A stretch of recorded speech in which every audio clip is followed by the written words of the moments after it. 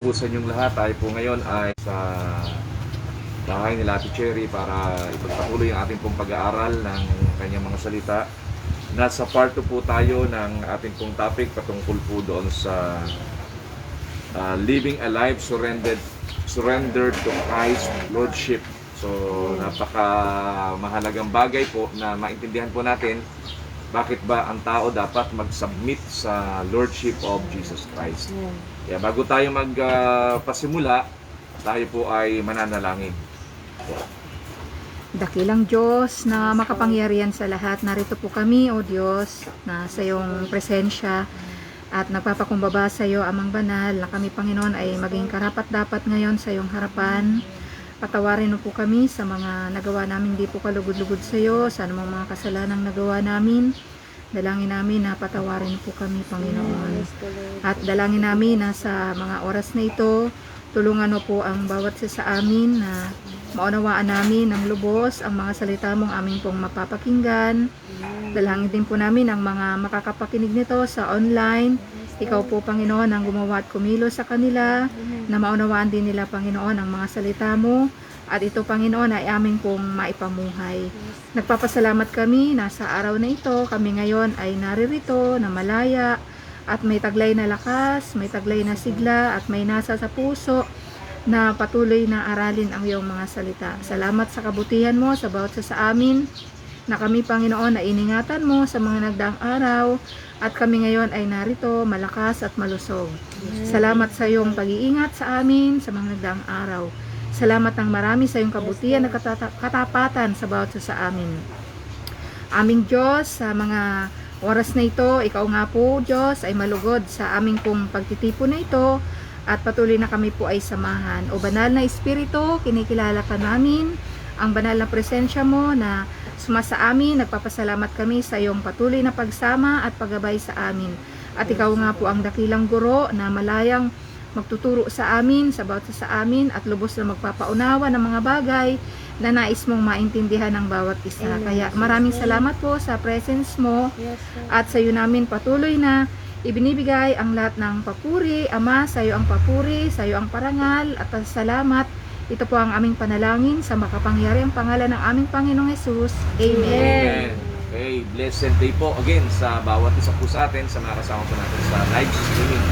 So, kung po tayo naroon, nawa tayo po ay nasa mabuti at maayos na kalagayan. So, part 2 po tayo ng ating pong topic. Last week, ipinakita po natin na yung huli po nating binasang scripture ayon sa Hebrews chapter 12 verses 1 and 2, we look to Jesus as the supreme model of persevering faith. Set the course of faith, run the race first, and now waits for us to join Him at the end, encouraging us all the way. So, in-encourage tayo ng Panginoong Jesus na tapusin natin yung takbuhin ng buhay. So, kinakailangan tapusin po natin to. At nais ng Panginoon na tayo po ay magtagumpay, no po, sa ating pong pagtahak, ating pong nilalandas. Jesus is the perfecter of our faith. Perfecter, ang ibig pong sabihin ay finisher. So, kinakailangan po, lahat po tayo, tapusin natin yung race. The one who brings us to intended goal, Jesus is our perfecter. Both because He was made the perfect high priest through suffering and obedience, and because He perfects us as we draw closer to Him. Kaya nga po, habang tayo po ay nasa ating journey, yung buhay po naman natin ay napapalapit sa atin pong Panginoon. Kaya yung favor and His blessings ay inihanda niya sa lahat ng mga taong nagsisikap makasunod sa Kanya pong kalooban dito sa lupa. At merong pong dahilan para po natin tapusin ang takbuhin ng buhay. So dito po tayo sa part 2, meron pong spiritual benefits of surrendering to the Lordship of Jesus. So, kailangan maintindihan po natin na yung atin pong pagsasubmit ng atin pong mga buhay at pagkilala sa Lordship of Jesus Christ ay mayroon pong benefits. Sa John chapter 10 verse 10, Dumarating ang magnanakaw para lamang magnakaw, pumatay at manira. Naparito ako upang ang mga tupa ay magkaroon ng buhay, ng isang buhay na masagana at ganap. so yung word na abundantly Sa NIV version, full po yun eh. So, ibig sabihin, puno, abundantly. Ang ibig sabihin po noon ay superabundance, excessive, overflowing surplus, over and above, more than enough, profuse, extraordinary, above the ordinary, more than sufficient. So, yun ang ibig sabihin po ng abundant or full sa ibang version. Ngayon, ang question, hindi ko mo ang sinabi po ng scripture doon ay full or abundantly, hindi na tayo makakaranas ng mga testing. So, di ba? Kailangan clear po yun sa ating understanding. Na mararanasan natin yung pangako ng Panginoon, pero yung mga testing of faith, andyan po yan. Para nga po, yung faith natin mas mag-mature, mag-grow, para po yung abundant life, nasain nga po ng ating po mga puso. Nasain nga po natin na ito ay maranasan. Kasi pangako po ng Panginoon yun eh. Kaya yun po yung ibig sabihin ng Panginoon, na yung mga painful experiences, hindi po lahat ng bagay ang dahilan po ay yung devil. Diba? May testing, may inaalawang Lord sa buhay po natin, pero hindi ang Diyos ang nagbigay, kundi ipinahintulot ng Panginoon ang gumagawa ng masama sa buhay po natin, walang iba kundi yung devil. So, in-identify po ng Panginoong Sus yun eh. Diba? Naparito magnanakaw para magnakaw, magwasak, pumatay. Pero naparito ang anak ng tao para magbigay ng buhay na ganap at kasyasya. So, hindi lang kasi yung panuntunan ng mga tao, okay na ako dito, at least buhay naman ako eh. Hindi lang po kasi nakapaloob yung mabuhay lang tayo sa daigdig eh. Ang sinasabi po kasi ng Panginoon, buhay na ganap at kasiyasya. Kaya habang nabubuhay ang tao po dito sa lupa, kailangan nasain ng tao yung abundant life or full life. Nasain niya po yan kasi pangako po ng Panginoon yan eh. Kaya yun po yung bagay na sinasabi po dito ng Panginoong Jesus. Psalms 23 verses 5 and 6. Sa harapan ng lingkod mo, ikaw ay may handang dulang. Ito'y iyong ginagawang nakikita ng kaaway. Nalulugod ka sa akin, sa ulo ko ay langisan. At pati na ang mga saro ko ay iyong pinapaapaw. Tunay na ang pag-ibig mo at ang iyong kabutihan. Sa aki tataglayin habang ako'y nabubuhay. Doon ako sa templo mo, lalagi at mananahan. Praise God. Ganda na po. Amen. Sinabi po ni King David, imagine niyo isang hari, di ba, na kung saan nagnanasa na yung kanyang buhay always, no, ay nasa presensya ng Panginoon. Kasi nga naman, nasa isip po ni King David, ang buhay po niya talaga prone sa lahat ng uri ng atake ng devil. Kasi as man of valor, lahat na halos ng mga bansa nagtatangka sa kanya sa kanyang buhay para kung siya ay magapi sa labanan, o di ba, may invade yung Israel. So ibig sabihin sa buhay ni King David, ninasa niya at every time na siya nagpe-praise sa Lord ito ang laging kino-quote niya, isa sa kino-quote niya na hangga't maaari samahan mo ako sa labanan. So, ibig sabihin, marami siyang kino-consider, di ba? Bilang king, bilang head of the family, bilang ordinaryong mananampalataya ng Panginoon. Yun ang nakapag-develop ng kanyang courage para isulong yung pinagagawa ng Lord. Kaya niya kinote yung, di ba, piniprepare ng Panginoon yung table para sa kanya. So, ibig sabihin, yung mga bagay na kung saan ninanais ng enemies, ini-intercept niya in prayer. Hanggat maaari, Panginoon, wag magwagi, wag manalo yung kaaway sa akin sa panahon ako ay makikipag-battle against them. So, ibig sabihin, marami siyang death threat, di ba? Ibig sabihin, hindi niya malaman kung ang enemies magmumula ba sa south, sa north, sa east, sa west. Ang kanyang buhay ipinagkatiwala niya sa Lordship of Jesus. Kaya yun yung bagay na dapat pong ma-develop po sa atin, sa buhay po natin. Ang kagandahan sa binanggit po niya dito, yung word na, di ba, yung surely goodness and mercy shall follow me all the days of my life. Yung word na, I will dwell in the house of the Lord all the days of my life. Tapos dito po sa version na binabasa ko po, forever ang ginamit niya. Sa lupa, wala yun wala yung forever. So ibig sabihin, sa panahon na siya mabubuhay, yun ang kanyang commitment sa Lord. He will dwell in the house of the Lord all the days of his life. Di ba? Yun ang maganda sa kanya. Talagang ipinasakop ni King David yung kanyang buhay sa Lordship of Jesus Christ. Kaya yun ang maganda pong makita po natin na if we surrender our lives to His Lordship, ano po mangyayari? We will experience a life that is abundantly richer and fuller. It lasts forever. Di ba? Yung buhay natin, hindi basta mawawala ng unmeaningful. Mawawala ang buhay po natin dito sa lupa, productive. Mayroong mga na-achieve na hindi lamang doon sa ating family, hindi lamang doon sa ating profession, kundi may na-achieve sa kingdom ng Panginoon. Yun ang magandang bagay po doon. It lasts forever. Yet it begins today, it is clearly not. However, a life that denies problems and pain, rather it is a life that faces them and makes use of them. Hindi natin pwedeng iwasan any kind of challenges meron sa buhay na ito. Bagkus yung challenges na kung saan meron magiging platform of ours para po doon sa victory na kung saan inihanda po ng Panginoon po sa atin. O, di ba? Kagaya ni King David, inihanda siya ng Panginoon para magtagumpay sa mga labanan, kanya pong lalabanan. A great illustration na sa buhay po natin, meron talagang mga challenges na hindi po natin pwedeng iwasan.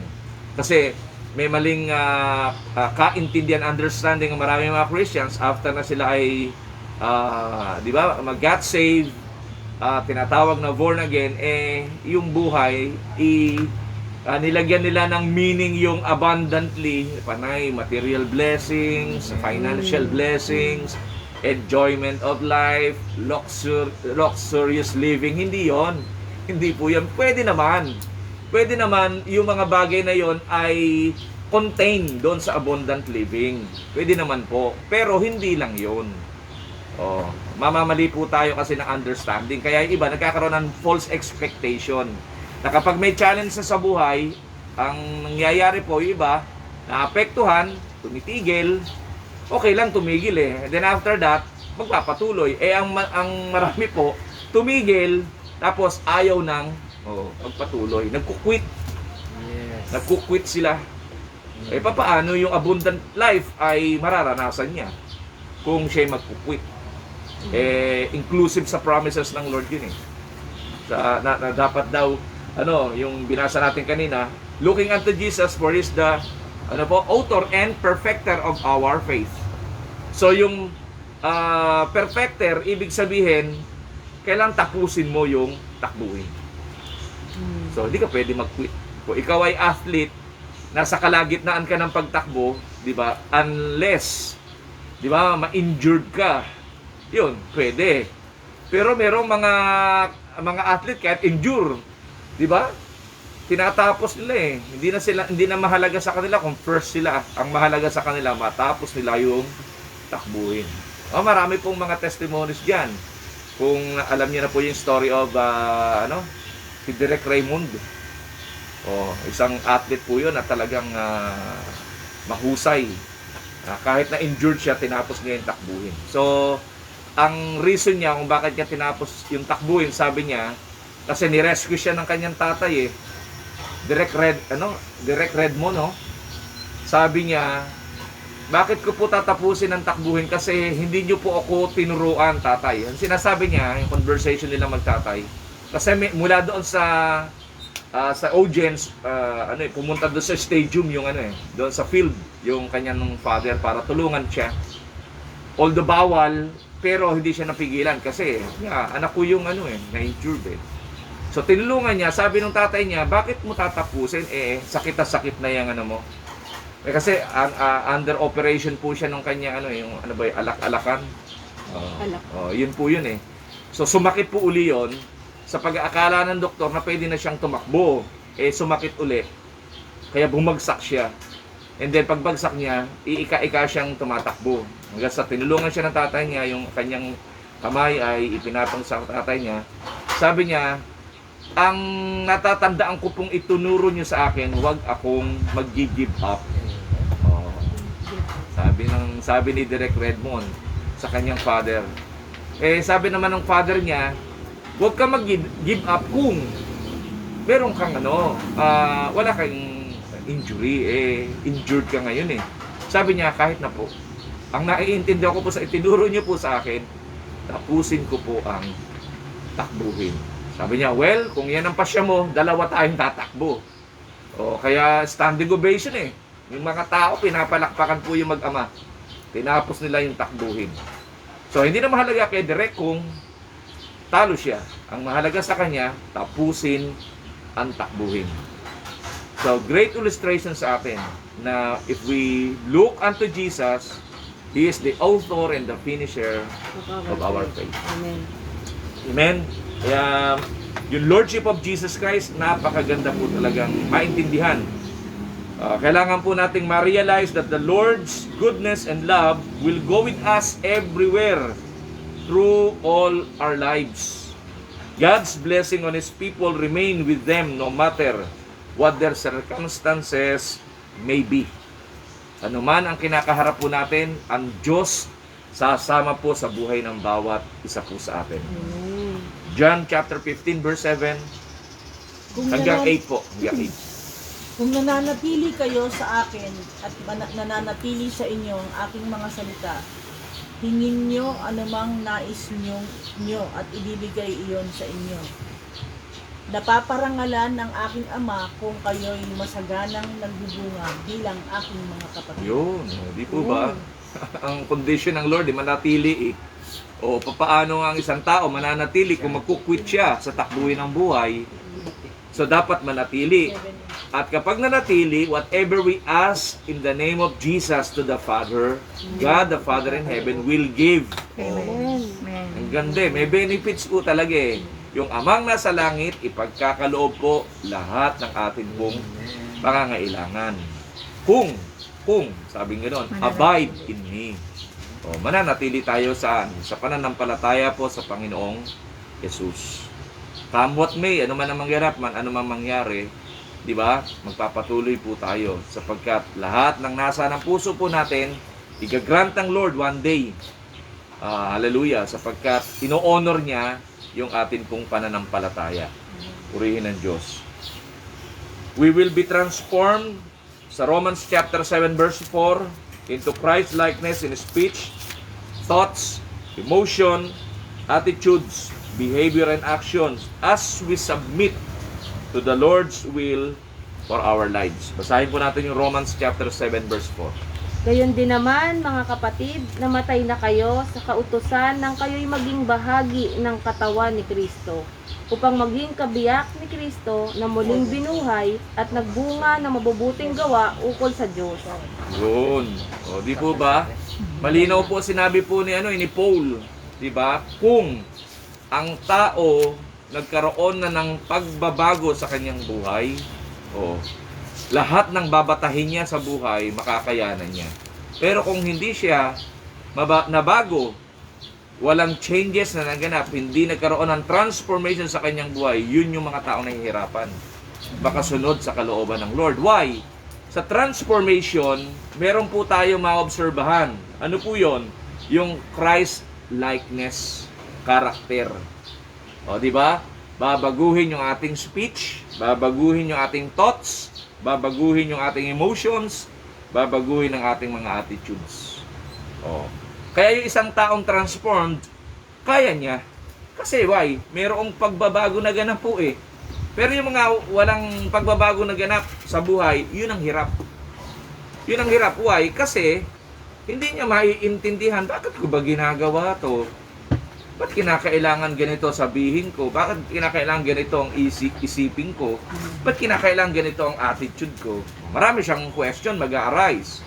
Unlike yung isang tao na transformed after na siya ay magkaroon ng ugnayan sa Panginoong Hesus, kasi sinabik niya yung buhay niya sa Lordship of Jesus Christ, so mache-change yung kanyang thoughts, mache-change yung kanyang speech, mache-change yung kanyang attitudes, mache-change yung kanyang emotion. O ibig sabihin, yung taong yon lalakas kagaya ng Panginoong Jesus. Di po ba? Kaya nga po, it's not by might eh. It's not by might. Hindi tayo kayang baguhin ng kung sino man tao. Ang pwede magbago po talaga sa atin, walang iba kundi ang Panginoong Jesus. Kaya lang, kung hindi tayo magpa-participate sa program ni Jesus, wala rin. Wala rin po. Kasi ang Diyos, unang humakbang na eh. He did the first move.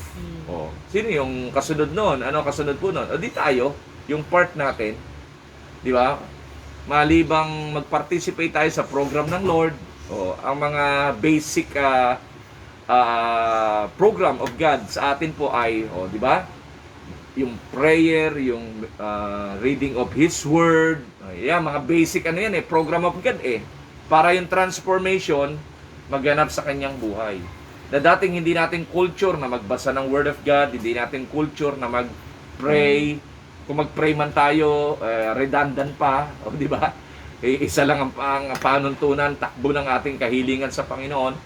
Kasi, may kinalaman doon sa ating understanding, di ba? Yung ating thoughts. So, ibig sabihin, kung ganon, nothing changed. Walang magaganap. May hirapan po talaga yung tao. Pero, kung siya'y transformed, uusad siya. Uusad siya. Isang araw, makikita na ng community, teka muna, may mga malaking pagbabago na ganap dito sa taong to. Yun ang makaka-attract sa community. Na ano ang nangyari sa kanyang buhay, gayong, meron silang ganun may mga tanong silang ganun gayong ganyan lang siya. Pero, may mga pagbabago na naganap sa kanya. Tapos baka makikita pa ng Panginoon, talagang yung pagpapala ng Diyos magiging masagana sa kanya. Purihin ang Lord. Amen? Kaya salamat sa Panginoon. May mga kasama po tayo, nagte-text po sa atin, na yung miracle of God nagaganap po sa kanilang buhay. Purihin ang Panginoon. Buhay talaga Diyos. Amen. Pag tayo nagtiwala, pag in-entrust natin ang buhay sa Kanya, yung Diyos gagawa sa atin. Amen. Hallelujah. Yung favor and blessings of God, talaga pong i-demonstrate niya sa buhay po ng bawat isa po sa atin. Glory to God sa mga kapatiran na kung saan nagte-testify about the goodness and faithfulness of God in their lives. Amen. Hallelujah. Pagpalain po tayo ng Panginoon. Hallelujah. Purihin ng Diyos. Amen. Sa Colossians chapter 1 verse 10. Sa gayon, makakapamuhay na kayo ng karapat-dapat at kalugod-lugod sa Panginoon. Sasagana sa lahat ng uri ng mabubuting gawa at lalawak ang inyong pagkakakilala sa Diyos. Diba? Yung doing goods, mas tatama ang understanding. Amen. Kasi marami naman po talaga mga tao, may mabubuting kalooban, mahusay sa good works. Pero unless na yung buhay po nila ipinagkatiwala po nila sa Panginoon, sa Lordship of Jesus Christ, yung kanila pong paggawa ng mabuti, tsaka palang mag-account. Kaya binabanggit po doon, di ba, na lalawak yung kaintindihan ng mga tao na kung saan nagsuko ng kanilang buhay kay Christ. Maha-highlights po talaga sa kanyang kaisipan na ang paggawa ng mabuti ay kalooban ng Panginoon. Amen. Kaya yung mga sanay gumawa ng mabuti, hallelujah, purihin ng Panginoon, napakalapit po, napakalapit, no, ng mga pangyayaring magaganap sa buhay niya para makilala Panginoon. Amen. Kasi kalooban ng Lord ang paggawa ng mabuti. Integrated yan sa buhay po ng tao yung paggawa ng mabuti. Kaya mas maganda doon sa mga sanay nang gumawa ng mabuti, makilala pa po natin ang ating Panginoong Jesus at mag-submit tayo ng ating buhay sa Kanya. Kilalanin natin ang Lordship of Jesus Christ sa buhay po natin. So, good works is a proof of our salvation and having Christ as our Lord and Savior.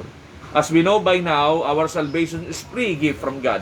O, diba? Regalo po binigay po sa atin. Wala naman tayong ibinayad na kung ano man na halaga sa Panginoon. So, free gift binigay po ng Diyos sa atin yan. Purchased through Jesus' death. Bayad ng Panginoong Jesus. So, although free, pero siya, binayaran niya yon sa pamamagitan ng ng kanyang kamatayan sa krus. Pantindi, no? Kaya hindi po kaya talagang tumbasan yung ginawa po ng Panginoon sa buhay po natin. And out of gratitude for this free gift, believer desire to do good works, to help and serve others with kindness, love, gentleness. Christ's Lordship in our lives will naturally result in acts of service because we love God and we want to show others how God good is. Amen. Doon natin dinedemonstrate sa paggawa natin na mabuti kung papaano ang Diyos na ating kinikilala sa buhay dito sa lupa, amen, ay mabuting Diyos, mapagkawang-gawang Diyos. Hindi po siya namimili ng taong tutulungan. Lahat gusto niyang tulungan. Lahat gusto niyang abutin. So, sino po ang instrument niya? Tayo. Tayo na nag-submit ng ating pong buhay sa Lordship of Jesus Christ. Kaya sasagana yung paggawa talaga ng mabuti. Maraming tao ang may encourage na makakilala po sa Panginoon. Hallelujah. Romans chapter 1 verse 13. Mga kapatid, ibig kong malaman ninyo na ilang ulit na akong gumayak ng pagpunta riyan, ngunit hindi ako matuloy-tuloy. Ibig kong makahikayat din dyan ng mga sasampalataya kay Kristo tulad ng ginawa ko sa ibang mga hintil. So, yun po. Nasa ni Paul yun eh. Diba? Imagine niyo, opo, before the life of Saul pa siya eh. The life of Saul ay nagpe-persecute ng mga quote-unquote Christians, believers of Christ. Pine-persecute nila yan. Hinuhuli nila. Kasama siya ng government ng Rome. Pero tingnan nyo, nung siya'y nakakilala sa Lord, nabago yung kanyang view sa buhay. O, amen? Na sinasabi niya nga po, as we surrender to the Lordship of Christ, we will grow into a healthy disciple of Christ. Alam niyo, yung disciple, ang ibig sabihin po kasi ng disciple is student of Jesus. So kung tayo disciple of Christ, na-mention ko po yan last Sunday, student. So ibig sabihin, kung student, talagang nag-aaral talaga. Ano ang inaaral niya? The teaching of Jesus. Amen. Kaya nga disciple of Christ eh.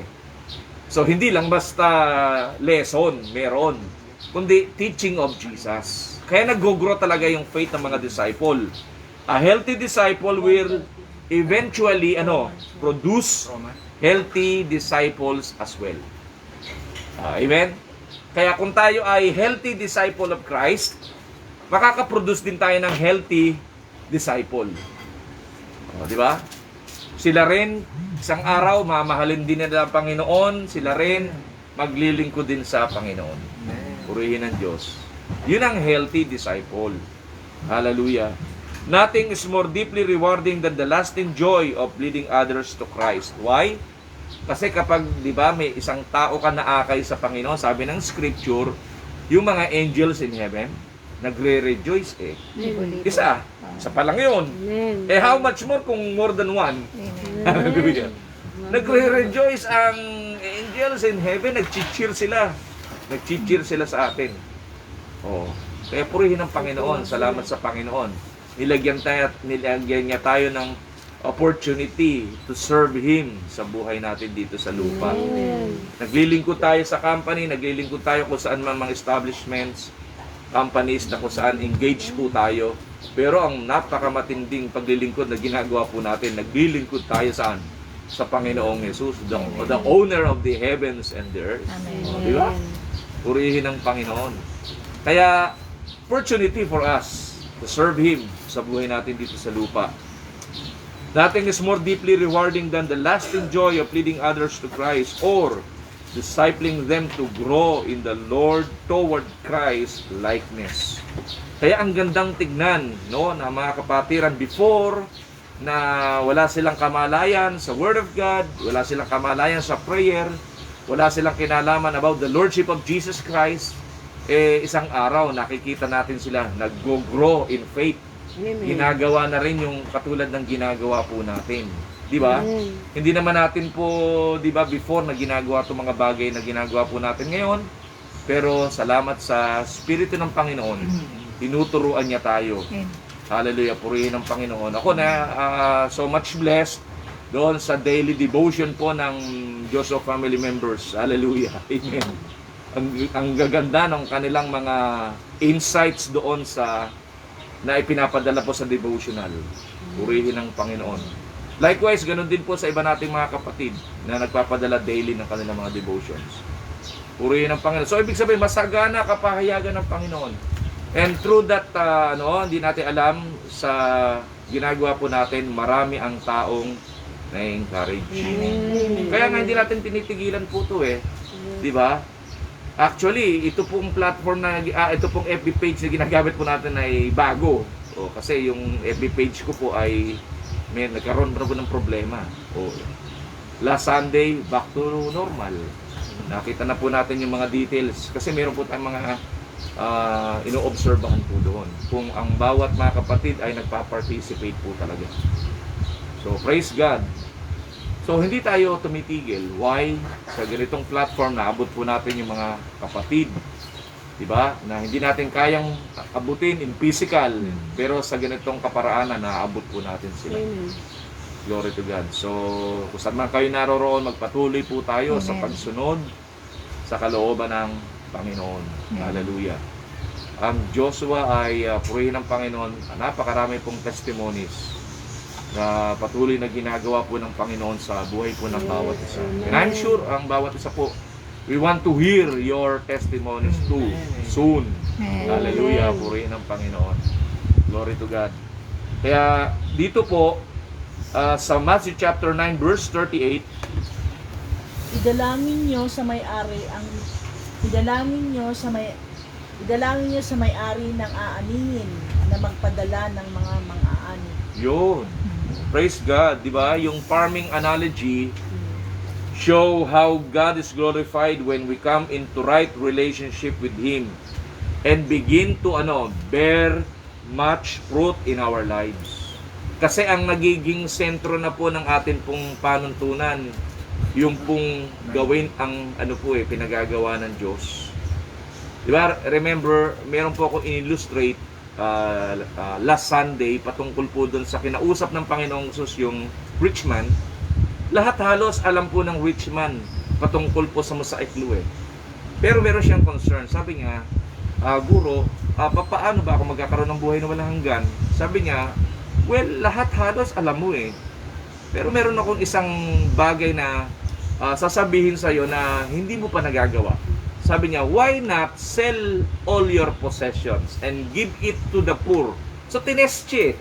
Kung talagang interesado ka sa buhay na walang hanggan, why not sell all your possessions and give it to the poor? Alam niyo, nung marinig ng rich man, yung sinabi ng Panginoong Jesus, sabi niya, yung mukha nung rich man daw, ibinaba niya tinungo niya, at hindi na nga siya nagpaalam sa Panginoong Jesus, umalis siyang malungkot. Why? Napatunayan po na napakayaman nung rich young man. Kaya sabi ni Jesus, it is hard sa isang mayaman ang makapasok sa kaharian ng langit. Sabi niya, mabuti pa yung isang kamelyo pumasok sa needle. Pwede. Pero yung rich man, hallelujah, sino po to? Certificate. Praise the Lord. Good morning po. Kasama ko po si Pina. Hello po. Magandang umaga po sa inyo. Opo. Magandang umaga po. Dito po. Ay, Kuya Rodel, dito po. Doon na lang. Welcome po sa inyo.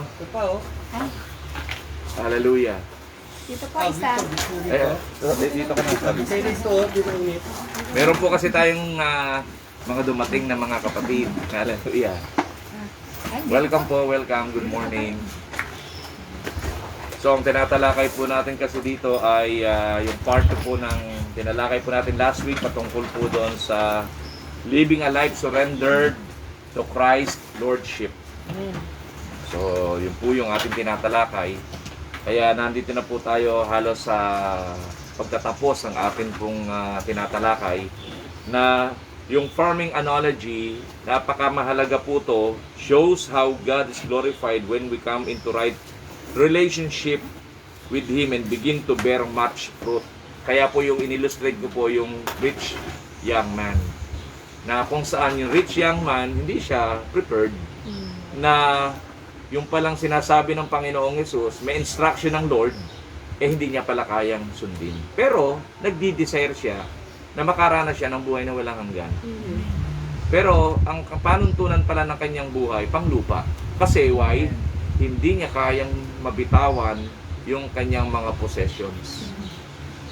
Yan po yung kalagayan ng maraming tao sa panahon po natin ngayon na they are much concerns sa mga bagay na meron sila dito sa lupa.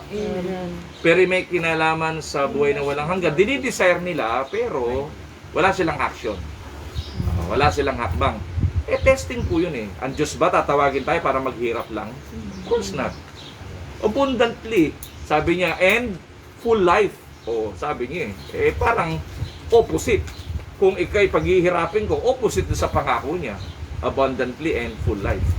So hindi po. Ang makikita po natin doon, matter of choice.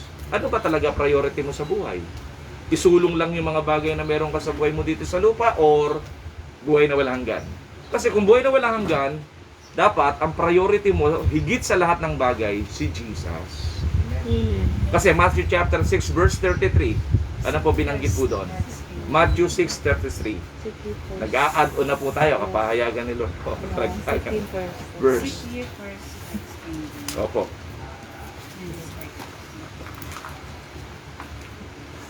Ngunit pag sumakitan ninyo ng higit sa lahat ang pagharian kayo ng Diyos at mamuhay ng ayon sa kanyang kalooban at ipagkakaloob niya papagkaloob niya ang lahat ng kailangan ninyo. Yun. Amen. Diba? Priority dapat na ng tao na nagnanasa ng buhay na walang hanggan, ang Panginoong Yesus. Kasi siya yung author of life eh. Diba? John chapter 16 verse 14. 6 verse 14. I am the way, the truth, the life. 14:6. Baliktad. 14:6 na I am the way, the truth, the life. No man comes to the Father except by me. So, ibig sabihin, may bagay tayong dapat maintindihan. Kung ipa-priority natin si Jesus, ano raw ang promises of God, di ba? All those things shall be added. So, doon po ba sa all those things shall be added kasama possessions? Of course. All those things alam ng Diyos ang kailangan ng tao. Bakit ba tayo nagsisikap? Di ba? Para magkaroon ng possession, para magkaroon ng mga tinatangkilik sa buhay, which is good.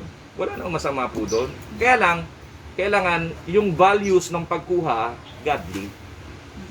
Kasi pagka godly, mamamanage po natin na maayos Unlike kapag hindi po godly ang thinking natin sa pagkuha at pag-earn niyan, yung practices po natin hanggang dito lang. Pangparangyang klase ng buhay lang ang maide-demonstrate natin. Hindi po mabibigyan ng lugod ang Panginoon po doon. Kahit gumawa siya ng mabuti sa kanyang kapwa, pero kasi yung kanyang panuntunan, pandito lang, hindi madulugod ang Diyos po doon. Kaya ang sinasabi ng Panginoong Hesus, it is hard sa isang mayaman na makapasok sa butas ng karayom.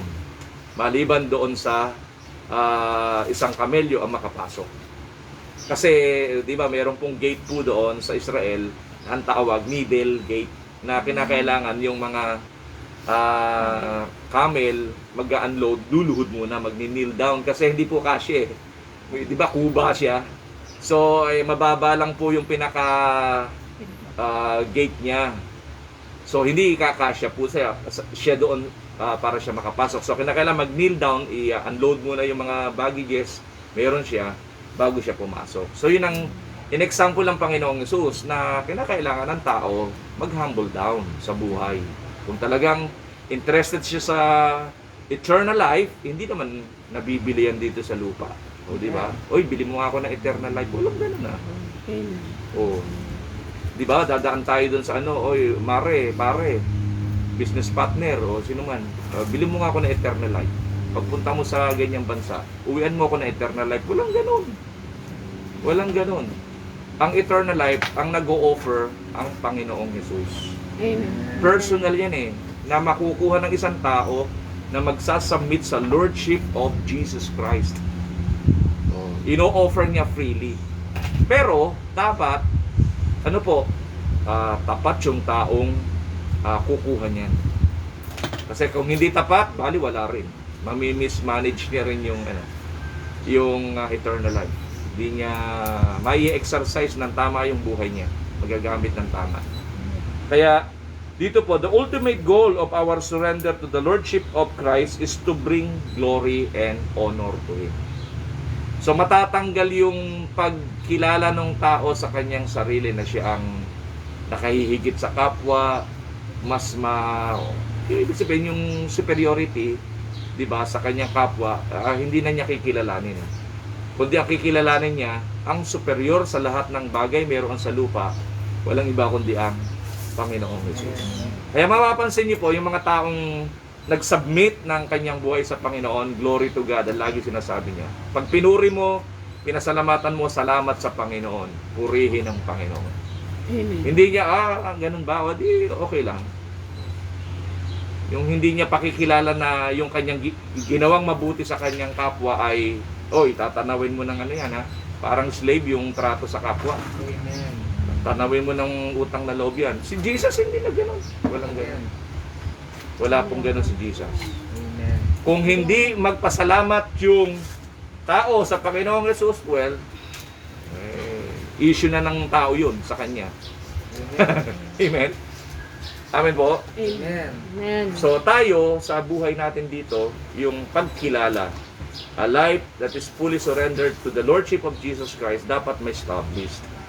Dapat may established po. Why? Kasi dapat yan ang kaisipan natin. Basahin ko natin ng Hebrews chapter 10, verse 25. Talagang hindi matapos-tapos yung verse na po. Hebrews chapter 10, verse 25. Ano po nakalagay?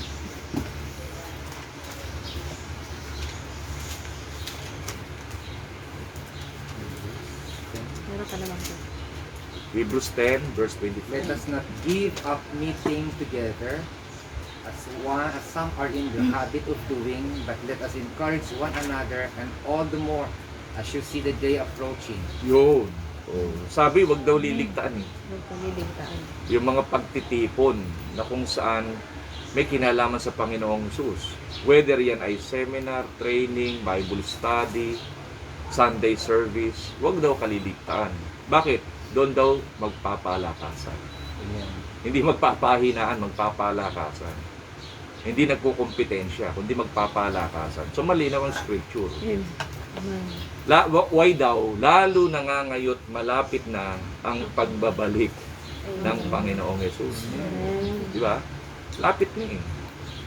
Kailan po ba? Hindi ko po alam. Kasi sabi ng Panginoong Jesus, wala raw nakakaalam eh. Maliban sa Ama. Amen. Di ba? So, ang Ama ang magpapahintulot kung kailan ang Panginoong Jesus babalik. But the signs, kita. Kita na po natin. So, ibig sabihin, mula sa panahon na to at sa mga susunod na mga araw, pwede. Pwede. Kaya yung pagkilala ng tao sa Lordship of Jesus Christ, urgent yan. Hindi po yan dapat ay winawalang bahala ng tao. Kasi may magro-roll over, amen, sa world, world. Hindi na to pinag-uusapan isang bansa. May magro-roll over sa buong daigdig. Sino po? Ang Panginoong Jesus. Dadating po ang takdang panahon. Kikilalanin siya lahat ng mga kings na siya lang ang pinakadakilang hari na kung saan mamumuno sa daigdig.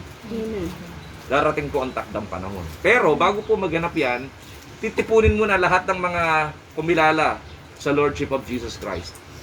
Titipunin niya muna, kukunin niya muna. And then, merong magaganap dito sa daigdig. O, di ba, meron pong sinasabi ang scripture. Merong judgment na gagawin. So, yun yung bagay na dapat po nating maintindihan. Kung we do believe that Jesus Christ is coming soon, dapat ang tao hindi nagwe-wasting time. Amen. Di ba? Yung rumors of wars, yung mga pestilences, yung mga famines, yung mga earthquakes. Oh, ayan, nakikita natin eh. Ano pa ang sinasabi nating sign? O, di ba, ng pagbabalik ng Panginoong Sus, kita natin. Kaya nga ang tanong lagi, are we approaching now doon po sa tawag dito, tribulation? Yes. Going to. Tayo ngayon ay nasa tribulation period, going to great tribulation. Kaya prepare. Kaya may mga challenges tayo sa buhay eh, di ba? Kaya kinakailangan habang wala yan, magamit natin ang buhay natin in a meaningful way. Na ang good works maisulong natin malakasan upang magkaroon ng bearing much fruit. Mga taong kikilala rin sa Panginoong Yesus. At kagaya rin natin, isang araw, susunod, maglilingkod sa Panginoon. Yun ang nakapaloob ko kasi sa discipleship eh. No, hindi lang natin basta sinabi lang yung salita ng Panginoon but make them disciples. Yung discipleship nakapaloob po yung makilala ng tao, ng lubos, kung sino si Jesus.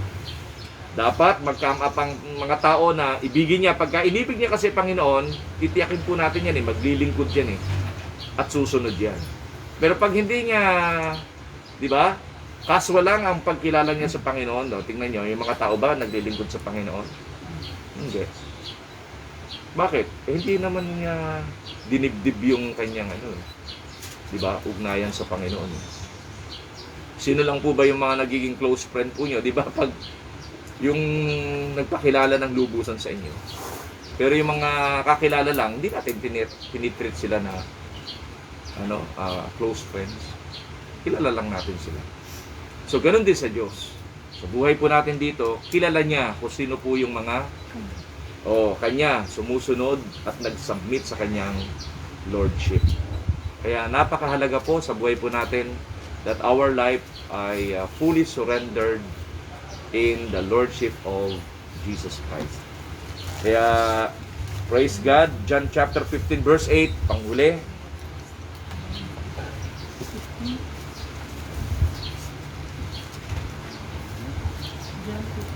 Opo, John 15 verse 8.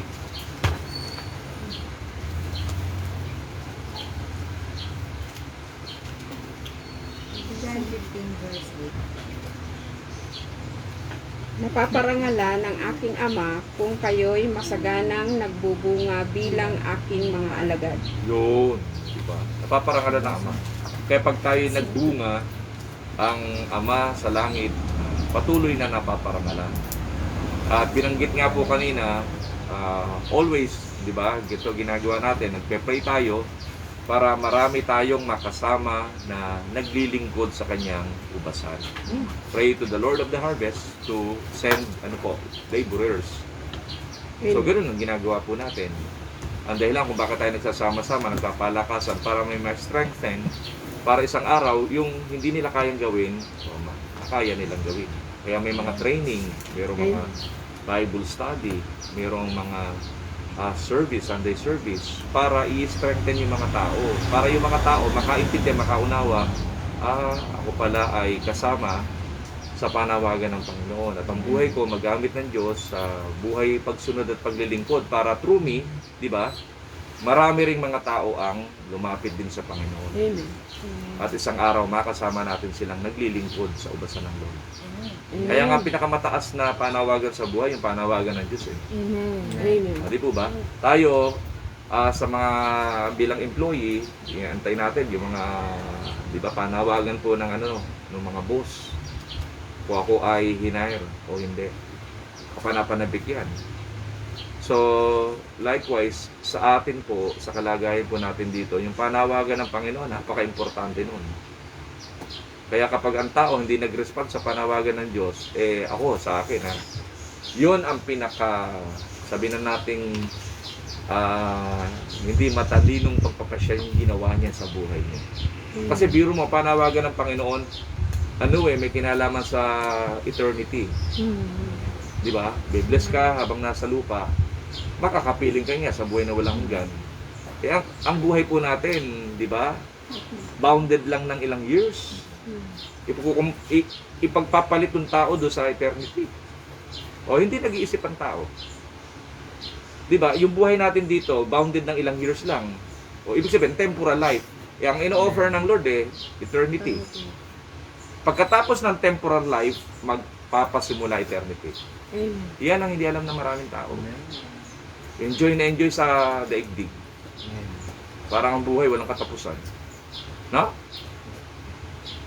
Walang habas ng pagkuha ng kayamanan. Minimisius naman. Walang habas na nagpag-aagawan sa kapangyarihan. Minimisius naman. Amen. Hindi tama paggamit. O, kaya nga po, yung panawagan ng Lord ang magko-correct. Praise God. Kaya pag nakilala ng tao yung Lordship of Jesus Christ, makukorek lahat ng kanyang mga activities sa buhay. Why? Kasi nga, again, ang ultimate goal of our surrender to the Lordship of Christ is bring glory and honor. Yun ang ultimate goal. Hindi para tayo makilala, hindi para tayo madakila, kundi magbalik ng kapurihan, kaluwalhatian sa Diyos. Yun ang gusto ng Panginoon. Hindi baling hindi na tayo makilala ng kapwa-tao natin, ang mahalaga, kilala tayo ng Diyos. Di ba? Ano ang ganda ng kilala tayo ng maraming tao, ang Diyos, di naman tayo kilala. Totoo po yun. Pagdating ng takdang panahon, not all who call be Lord, Lords will enter into the kingdom of my Father in heaven. But those only who, sabi doon, who obey the will of my Father in heaven. Yung will of God, paano ma-identify? Huli na lang po talaga. Romans chapter 12, verse 2. Yung will of God. Yan tayo magtatapos po. Huwag kayong umayon sa takbo ng mundong ito. Mag-iba na kayo ng mag-iba kayo at magbago ng isip upang mabatid ninyo ang kalooban ng Diyos kung ano ang mabuti, nakalulugod sa Kanya at talagang ganap. Amen. Nabanggit po natin kanina, no? 'Di ba? Yung kung taong fully surrendered kay Jesus, 'di ba? Nagbabago ng thoughts, nagbabago ng attitude, o nagbabago ng emotions, nagbabago ng way of thinking. So may kinalaman ng way of thinking para ma-identify niya yung perfect will of God. Mahirap ma-identify yung will of God unless ang mind ay nag-change. Paano mag-change? O di siyempre ang Lord ang mag-change. Di po ba? Mahirap ma-change ang mind natin kung tao-tao lang. Why? Parehas lang mag-isip yan Pero pag ang kinonsider niya yung Lordship of Jesus Christ, siyempre mas nakahihigit kaya yung thinking of Jesus. Kung tao-tao, maaaring nakahihigit ka lang sa ibang bagay, pero hindi kaya sa ibang, yung iba alam ko rin O ganun, nakikipag-compete yung isip niya dun At saka merong standard kasi ang world na ino-offer. Pero sa Diyos, hindi. May panuntunan talaga ang Panginoon. Yung panuntunan ng Panginoon, yung thoughts niya, above sa thoughts natin. Kaya hindi natin kaya. Ikukumpit mo Diyos, paano? O kaya nga po yung mga atheist nakakakilala rin sa Lord kinukumpit nila na hindi, walang Diyos. Pero isang araw, tingnan nyo, di ba? Kinikilala rin nila ang Diyos. Kasi hindi nila makomprehend sa isip nila Paano nangyari yun? Meron yung pinagmulan. Meron yung gumagawa. Di ba? Kaya yun po yung bagay. Yung mind mag-change para ma-identify kung ano ang perfect will of God. Unless na yung isip magbago. Kaya yun ang pag-pray natin, Lord, help us. Help me. Mag-change po yung aking mindset. Hindi po yung kinagisnan kong kaisipan na natutunan ko sa eskwelahan, how many years. Hindi doon sa mga seminar pang ganito. Napakaiba. Iba po. Iba ang panuntunan ng isip ng world sa Panginoong Hesus Di ba? Kaya nga si Jesus, tingnan niyo po, di ba? Naobserbahan niyo nung tinempt siya ng devil. Word ang kanyang inano Why? Kasi yun ang kanyang yun ang nature niya. Word of God. Kaya lahat ng aspect, tinira siya ng devil, hindi siya nag-commit ng sin. So, ibig sabihin, identify ni Jesus, nasa katawang lupa siya nun yung perfect will of the Father. Ganon din po tayo. Di ba? Ma-identify natin pag nag-change yung ating mind. O di ba, sabi ni Paul sa mga Corinthians, we have now the mind of Christ. Hirang niya mga mangmang para hiyain ang mga matatalino. So, yung mga matatalino ng sanlibutan, hindi nila identify kung ano kalooban ng Diyos. Amen. Pero tayo, mangmang man sa sanlibutan, ganun ang kategory natin, pero identify natin ang kalooban ng Panginoon. Salamat sa Diyos. Amen. Kaya kahit tayo ibuli nila, okay lang, no problem. Diba? Ang mahalaga ay bring glory and honor to Christ. So, hanggang doon lang po yung ating pong pag-aaral, hoping na yung ating pong tinalakay about doon sa fully surrender to the Lordship of Jesus Christ ay nakatulong doon sa panuntunan po ng ating pong buhay, pagsunod at paglilingkod sa ating pong Panginoon. Amen. Amen? So, tayo po ngayon ay dadako sa mga prayer request. So, tayo po yung manalangin bago tayo mag-closing prayer.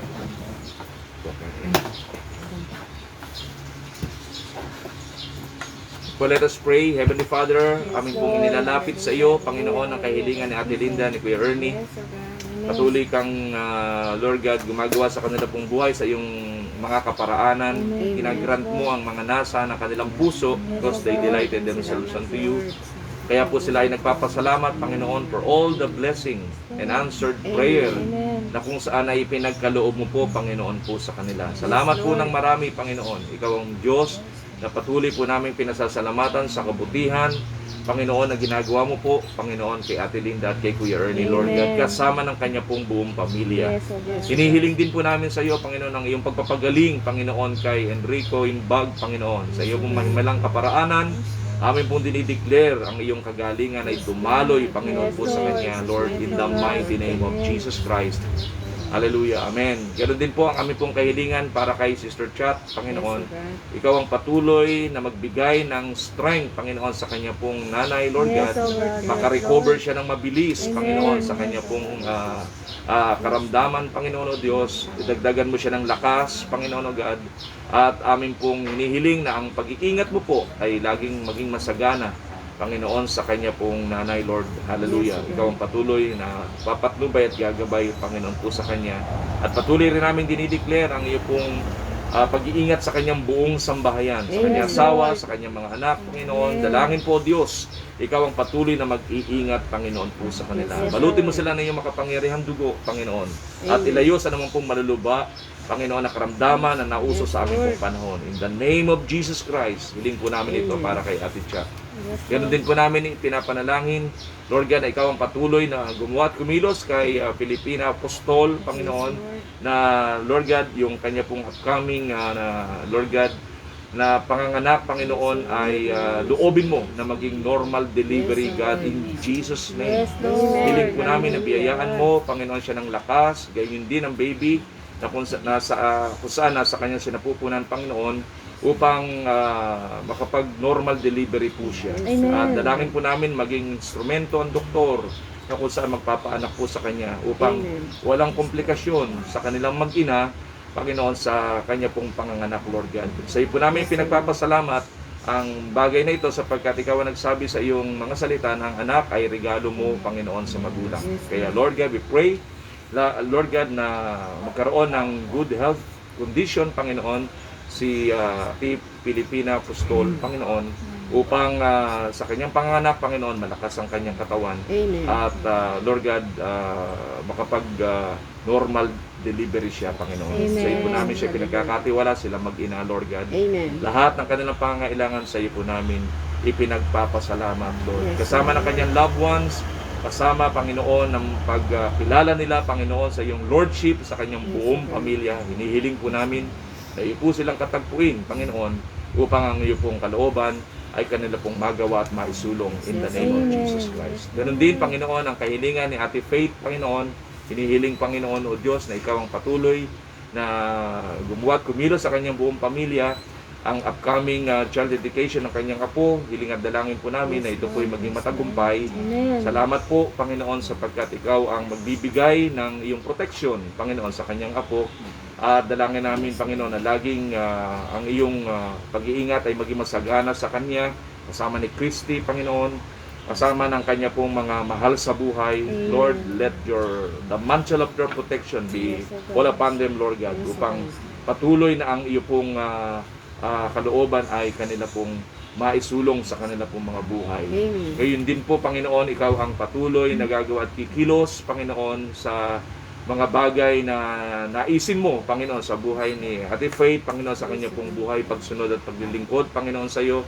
Alam mo po mga bagay na kanya pong dinidesire, Panginoon, na ipaglingkod, Panginoon, po sa iyo, Lord God. Ikaw ang nakababatid at nakakaalam. Hayaan mo pong maisulong niya ito ayon doon sa iyo pong sentrong kalooban. Amen. Nababatid mo kung paano ang buhay niya ay nais niyang patuloy na ipaglingkod sa iyo, at sa pamamagitan niya, marami pong mga tao ang mapagpala at mai-usher, Panginoon, sa pananampalataya, Panginoon, po sa iyo. Lord, we speak reconciliation, we speak, Lord God, love, victory, Panginoon, sa mga bagay na kanya pong gagawin at ninanasa, Panginoon. As she delighted herself unto you, you will give the desires of her heart, Panginoon. Kaya Diyos, i-grant mo ang nasa ng kanyang puso para sa kanya pong asawa, para sa kanyang mga anak, Panginoon, para sa kanyang loved ones, Lord God.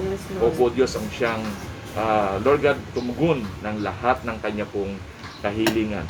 Kami po'y nagpapasalamat din, Panginoon, sa iyo, Diyos, sa katugunan ng kahilingan, Panginoon, namin, Panginoon, para kay Ate Rosana. Salamat po ng marami sa iyong kaputihan at katapatan sa kanya pong buhay. Taong nagtitiwala sa iyo, Lord, tinutugon mo sa kanya pong kahilingan. Kaya, Diyos, salamat po ng marami sa resulta ng kanya pong check-up, Panginoon. Ganun din, ipinagpapasalamat namin ang complete full healing, Panginoon, ni Mami Dory Palma. Sa iyo po namin ito pinagkakatiwala, sapagkat makapangyarihan Diyos ka, walang imposible, Panginoon, po sa iyo. Sa lahat ng mga may karamdaman, hinihiling din po namin sa iyo, Diyos, nang iyong pagpapagaling ay dumaloy sa buhay po nila, Lord God. Hallelujah. Ikaw rin po, Panginoon, ang magpapagaling sa Lord God, sa Father, Panginoon, ni Ate Ella Gabilinho, Panginoon, o Diyos. Hallelujah. Kay Ami Asupardo, Panginoon. Hallelujah. Kay MJ Marasigan, Panginoon. Hallelujah. Higit sa lahat, Panginoon, ang himala ng kagalingan mo sa buhay ni Kuya Fermin Lambino, Panginoon, o God. Dinideclare po namin nila Chea Cain, Panginoon. Nila Pastora Telma, Panginoon. At sa lahat ng mga kapatid na kung saan merong, Lord God, problem sa kanilang health condition, we declare your healing upon them, Lord God. Hallelujah. Sa iyo po namin lahat sila pinagkakatiwala, ipinagpapasalamat sapagkat ikaw ang Diyos na naghihimala. You are our God who heals, Panginoon, our Jehovah Rapha. Thank you, Lord, sa katugunan ng lahat ng aming pong kahilingan. In Jesus' most precious name.